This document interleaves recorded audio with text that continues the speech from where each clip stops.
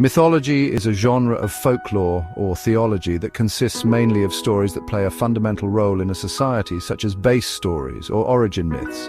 For historians, philosophers, or theologians, this is very different from using the word myth, which simply means something that is not true. Instead, the truth value of a myth is not a defining criterion. Many societies group their myths, legends, and history together, considering myths and legends to be true accounts of their distant past. It is now well known that we live in a fake, manipulated, three-dimensional world where nothing is real. A look back into the true history of mankind on planet Earth tells us more and clearly shows how and where today's mankind has landed. Assume that all of today's history is a deception and look into the past to see what really happened. From this perspective, it becomes clear where and what we really are. Our generation is deciding the future of humanity on planet Earth.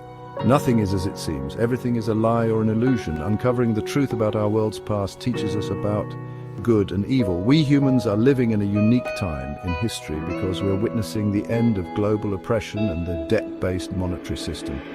We are pioneers who want a better world for ourselves and future generations. An amazing future is real and already underway. Expect free energy, natural remedies for healing, interstellar travel, time travel, a gold-backed monetary system, the end of fraud and chronic disease, to name but a few. Evidence of the decline of current culture and civilization. Less than 500 years ago, Tartaria was the Goliath of technologically superior beings living on planet Earth. Our generations have been deliberately simplified by removing all but 2 strands of our DNA from our souls. The organized Great Mudflow was responsible for wiping out brilliant architectures of imposing structures on our planet to bury them under a gigantic layer of mud, of which only remnants remained visible here and there. The technological innovations used then are now phantoms on the horizon. Compare old buildings such as Notre Dame Cathedral in Paris or the Dom Tower in Utrecht with today's kitschy glass, steel and concrete blocks. It clearly shows the evidence of the decline of our current culture and civilization. The territory of today's Ukraine partially overlapped with the territory of Khazaria, the homeland of the Khazars or Khazar Jews, to which the Bauer branch, later called Rothschild, also belonged. The Khazars are pure evil. Originally descended from the Anunnaki, they came from the planet Nibiru and landed in summer, from where they migrated north.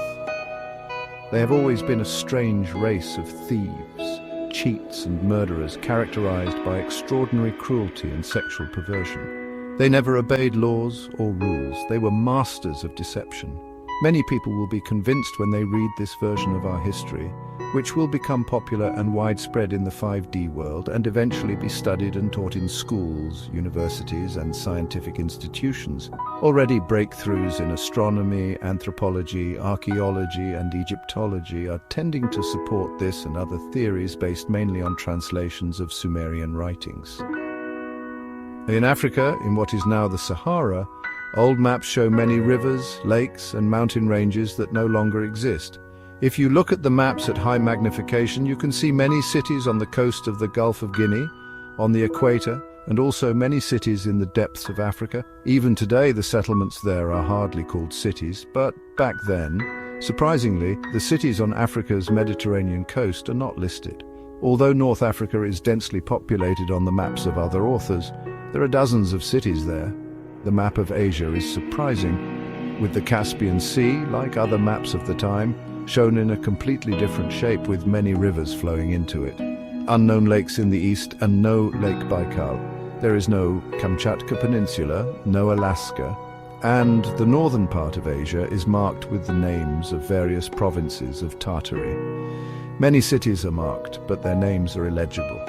You may also notice that the Red Sea and the Persian Gulf are painted red. Perhaps their waters were actually red because rivers flowed into them after heavy rains, carrying dissolved minerals with them. Or something else may have colored the water, perhaps microalgae. The Red Sea was actually an inland sea. Several areas are shown enlarged. But the most interesting is the central map of the entire known world at that time. The large map also shows a different geography. Antarctica is shown without ice and in green. This continent would not be discovered until 1820.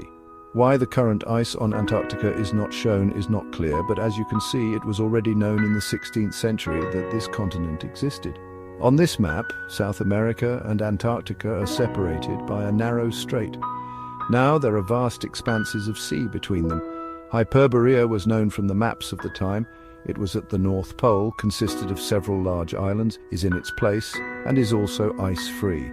This map is an exact copy of another detailed map of the time, the Urbano Monte of 1587. It does not include the usual Australia, and Antarctica is included with South America, or rather Australia is shown as part of Antarctica. These maps seem to be maps of the antediluvian world. The continents have changed shape and moved to new places as a result of some major change in the Earth. If this is so, then such geological and geographical changes did not take millions of years, as we are told, but happened in our historical time.